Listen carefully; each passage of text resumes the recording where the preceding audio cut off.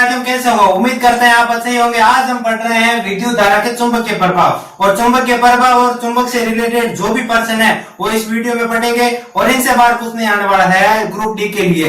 और तो वीडियो से चैनल को सब्सक्राइब जरूर कर लेना। चलिए शुरू करते हैं।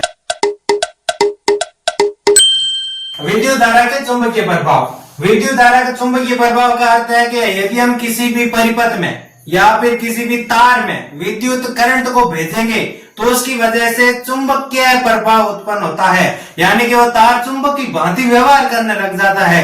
इसी को हम कहते हैं विद्युत धारा का चुंबकीय प्रभाव। ठीक है। विद्युत धारा और चुंबकत्व के मध्य संबंध हैंस क्रिश्चियन आर्स्टेड ने स्थापित किया था। यह वैज्ञानिक थे जिसका नाम था हैंस क्रिश्चियन आर्स्टेड, जिन्होंने विद्युत धारा और चुंबकत्व के बारे में पहले प्रयोग किया था कि उन्होंने परिपथ में विद्युत धारा भेजी या फिर किसी तार में विद्युत धारा भेजी और उसकी वजह से उसके चारों तरफ चुंबकीय क्षेत्र उत्पन्न हो गया, यानी कि वो तार आकर्षण का गुण प्रदान करने लगा। इसलिए हम कह सकते हैं कि विद्युत धारा और चुंबकत्व के मध्य जो संबंध है हैंस क्रिश्चियन आर्स्टेड ने स्थापित किया था। इसलिए चुंबकीय क्षेत्र की तीव्रता का मात्रक आर्स्टेड रखा गया है, जो कि हम आगे बात करेंगे चुंबकीय क्षेत्र की तीव्रता होती क्या है। तो हमें यह प्रश्न यहाँ से इंपोर्टेंट हो जाता है, मोस्ट इंपोर्टेंट प्रश्न हो जाता है। चुंबकीय क्षेत्र की तीव्रता का मात्रक क्या होता है? वो होता है आर्स्टेड। अब हम बढ़ते हैं चुंबक के ध्रुव। देखिए हमारे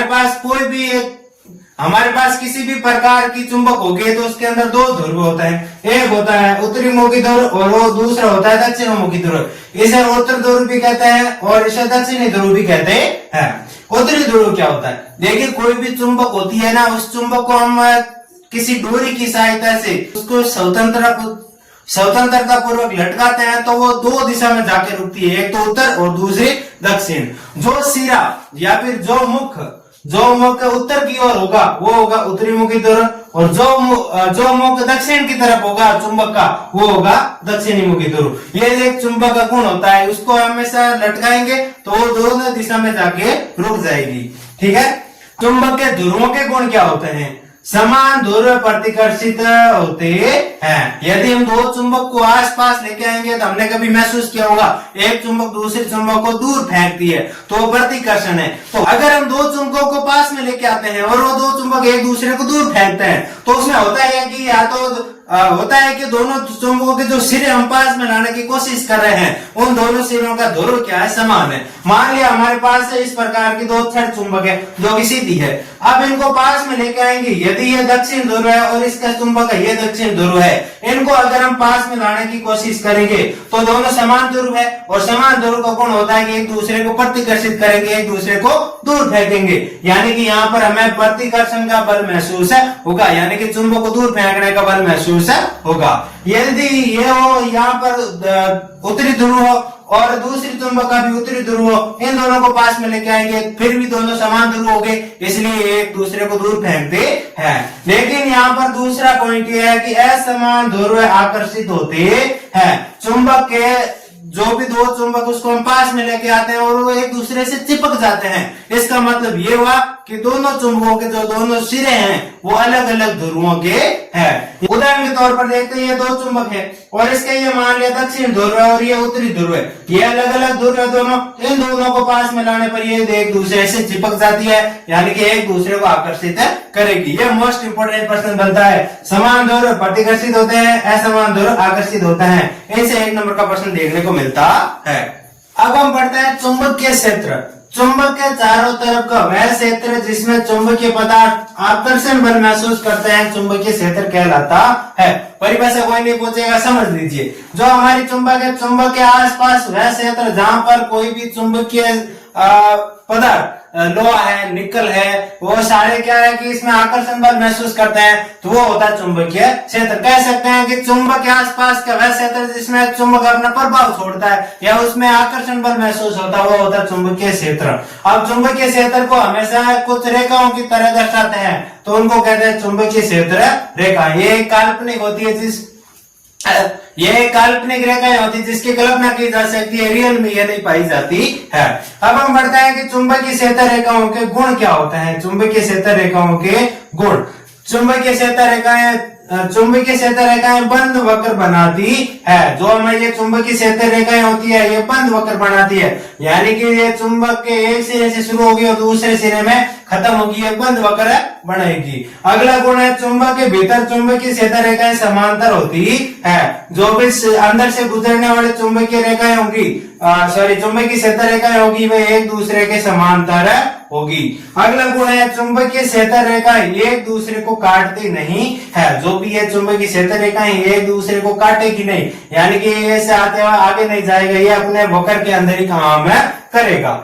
जहां चुंबकीय क्षेत्र रेखाएं ज्यादा निकट होती है वहां चुंबकीय बल ज्यादा लगता है। यहाँ पर हम देखने पर पता चलता है कि चुंबकीय क्षेत्र रेखाएं पास पास में है तो यहाँ पर बल ज्यादा महसूस होगा और यहाँ पर भी बल ज्यादा महसूस होगा। यहाँ पर चुंबकीय क्षेत्र रेखाएं दूर दूर है तो यहाँ पर बल जो होगा चुंबकीय बल वो कम नजर आएगा। 1-2% और बनता है, चुंबकीय क्षेत्र रेखाएं निर्गत कहाँ से होती है? निर्गत होती है दक्षिणी ध्रुव, निर्गत होती है उत्तरी ध्रुव से। जो भी चुंबकीय क्षेत्र रेखा है वो निकलेगी कहां से? उत्तरी ध्रुव से। प्रवेश किस में करेगी? प्रवेश करेगी वो दक्षिणी ध्रुव में, प्रवेश करेगी वो दक्षिणी ध्रुव में। 2% बनता है, निर्गत कहां से करती है? उत्तरी ध्रुव से, और प्रवेश कहां करती है? दक्षिणी ध्रुव में। 1% और बनता है, जो भी हमारी चुंबक होगी, चुंबक के भीतर जो चुंबकीय क्षेत्र होगा वो समान होगा। चुंबक के भीतर चुंबकीय क्षेत्र समान होता है। चुंबक के भीतर चुंबकीय क्षेत्र, चुंबक के भीतर जो होता है चुंबकीय क्षेत्र समान होता है।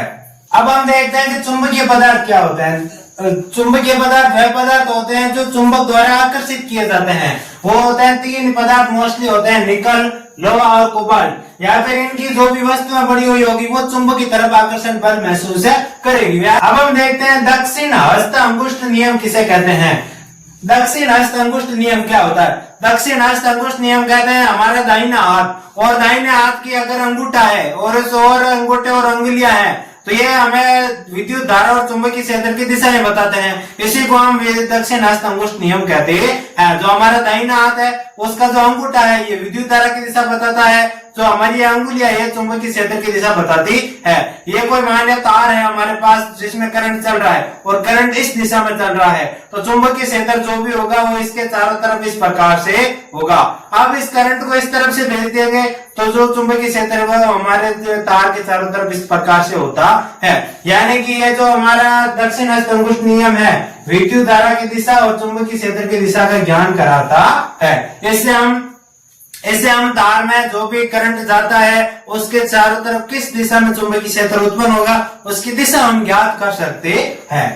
दक्षिण हस्त अंगुष्ठ नियम को कॉर्क स्क्रू नियम भी कहते हैं। दक्षिण हस्त अंगुष्ठ नियम को कॉर्क स्क्रू नियम भी कहते हैं। कोई भी हमारा स्क्रू है इसको हम लकड़ी में कसते हैं तो जिस दिशा में आगे की तरफ लकड़ी में धंसता जाएगा वो विद्युत धारा की दिशा होगी, और जो घूमता है घूर्णन करता है वो चुंबकीय क्षेत्र की दिशा होती है। इसलिए कॉर्क स्क्रू यानी कि लकड़ी में स्क्रू कसने के जैसा ये नियम है, तो इसलिए इसको कॉर्क स्क्रू नियम भी कहते हैं। अब हम बढ़ते हैं परिनालिका क्या होती है। पास पास लिपटे विद्युतरोधी तांबे के तार की बेलन के आकार की अनेक फेरों वाली कुंडली को परिनालिका कहते हैं। परिभाषा पर नहीं जाना है। हम एक तार लेंगे, घर में भी हम ये प्रयोग कर सकते हैं। एक तार लेते हैं, उस तार के अंदर ऊपर रबड़ का आवरण लगा हुआ होना चाहिए।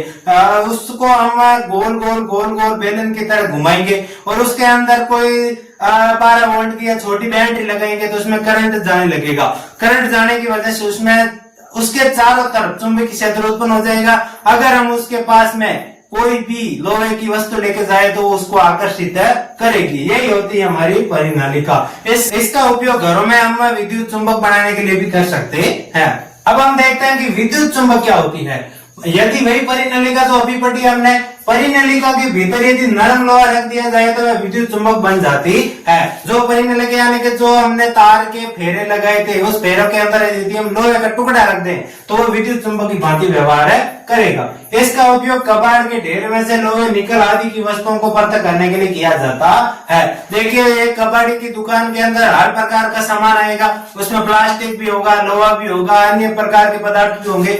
उनको अलग अलग करने में ज्यादा वक्त लगता है। कम वक्त में उनको ढेरों को अलग करने के लिए वहां पर विद्युत चुंबक काम में ली जाती है। एक क्रेन होती है, क्रेन के आगे जो झाबा लगा होता है उसके अंदर चुंबक होती है। अब उसके अंदर जैसे करंट दिया जाता है तो उसकी वजह से वो चुंबक एक्टिव हो जाती है और लोहे की वस्तुओं को चुन लेती है और ऊपर करके दूसरी जगह उस चुंबक में से करंट को हटा दिया जाता है। फिर वो विद्युत चुंबक एक सामान्य हो जाती है और फिर वो चुंबक की भांति व्यवहार नहीं करती है। तो इस प्रकार से वो क्रेन काम करती है। तो वो ज्यादातर बड़े कबाड़ियों की दुकान पर वो हमें देखने को मिल जाएगा। तो विद्युत चुंबक जो होती है वो नरम लोहे की बनी हुई होती है। मोस्ट इंपोर्टेंट ये प्रश्न बनता है। स्थायी चुंबक बनी होती है इस्पात की। स्थायी चुंबक जो टेलीविजन या फिर किसी स्पीकर के पीछे लगी हुई हम देख सकते हैं वो सारी की सारी बनी हुई होगी इस्पात की। लेकिन जो विद्युत चुंबक है वो बनी हुई होगी नरम लोहे की। ये भी मोस्ट इंपोर्टेंट प्रश्न है। इस वीडियो में फिलहाल इतना ही। विद्युत धारा के चुंबकीय प्रभाव का पार्ट 2 देखने के लिए चैनल को सब्सक्राइब जरूर कीजिए। धन्यवाद।